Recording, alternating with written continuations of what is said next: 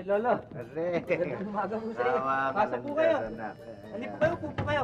Ang laki ng apo ko eh. Oh, parang kailan lang eh. Kayo kasi hindi kayo na bumibisita eh. O, napabisita kayo? Eh, ako pupunta sa Akuan, sa veterans. Dahil kukunin ko yung aking pensyon. Naisip ko baka pwedeng masamahan mo ako at medyo matagal na ako din nakakapunta din sa Maynila eh. Sige po, sama po kayo. Ay, maigi at ay, maigi. Teka muna sandali. Lolo, Alin? hindi ba kayo nagugutom? Hindi na kayo, nakakain na ako. Kumain na. Lasang nga pa yung... Ganun ba? Teka muna, Lolo. Punta tayo veterans. Maigi, magal mo. Yung mga papeles dala ninyo. Saka, kailangan pa ba ng papeles? Ako, Lolo, paano tayo makakapasok doon? Paano kayo makikilala? Huwag ka makalala. Pinagandaan ko na yan. Kaya dala ko itong aking mga anting-anting.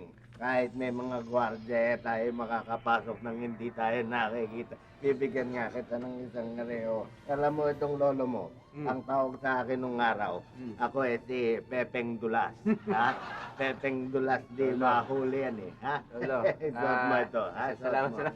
Alam nyo, Lolo, kahit kayo pa si Pepeng Basa at si Pepeng Lagkit, hindi kayo papapasukin doon. Bakit hindi? Makakapasok kayo, magagamit natin ito. Wala naman tayong ibang pwedeng gamitin kundi rin mga gimat ko eh.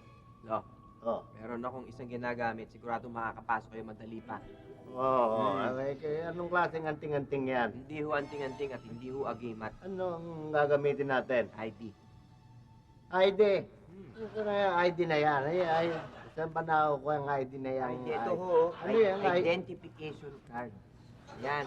Itong ginagamit po sa mga panahon ngayon para makapasok ka, para makilala ka. Kahit saan pwede ka pumasok. Basta may ID ka. Ako ay pinaglolo ko mo. Mas Ay. mabisa pa ba yan din sa anting-anting ko? Ay, Lolo, Ha? oo naman. Mabuti pa, lumakad na tayo. Baka magsarap pa yung veteran. Sige. Halika na, Lo. Maalis Sige. na tayo ng umaga.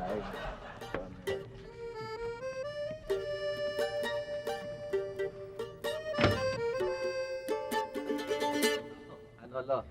Bilip na kayo sa ID ko. Napaka... Di ba? Effective? Okay, gana rin pala din sa Maynila. No? Bali, wala na rin mga Oo anting-anting. naman. Kaya maniwala eh. ID lamang ang kinamit eh, no? Abayang ko sa...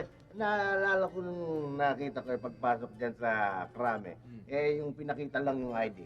Eh, pinapasok na tayo. Nung tayo nasa veterans sa may gate, eh, pinakita mo ang ID. Nakapasok na tayo. At tapos yung mga nakasikaso ng papeles, eh, pinakitaan mo ganyan. May nagkilusan na, no? Eh, parang mas mabisa pa nga sa aking mga anting-anting yung mga... May tanong lamang ako, iho. Ano yan, Lolo? Yung picture mo din eh, halos hindi mo nakamukha rin. Ang bata-bata mo pa rin eh. Palagi kaya high school ka palagi. Bakit hindi na napapansin yan ng mga kuhan? Lolo, alam niyo kung bakit? Oh. Eh kasi naman, yung mga security guard na yan, eh sawang-sawa na yan sa mga pagmumukha ng mga kung sino-sino din ng mga ID na yan. Kaya wala na, ginaganyan na lang nila, hindi na tinitingnan ng maigit. Sa makatwid eh, kahit ako eh, maaari gumagamit ng ID mo. Oo naman. Mukhang mas effective nga eh. Mas gusto ko yan eh, ho. O sige, ako eh, alis na una at maraming salamat nakuha ko yung aking pensyon, ha? Oh, sige po, Okay, Lolo. sige, dali ha.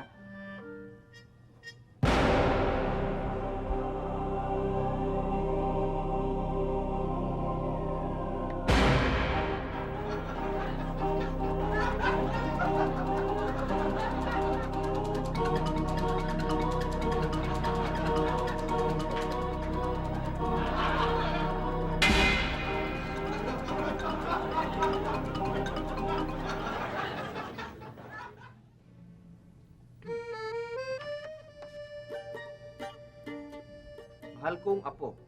Pasensya ka na kinuha ko ID mo. Kasi mas mabisa ito sa mga anting-anting at saka agimat ko kaya hindi ko na natiis eh.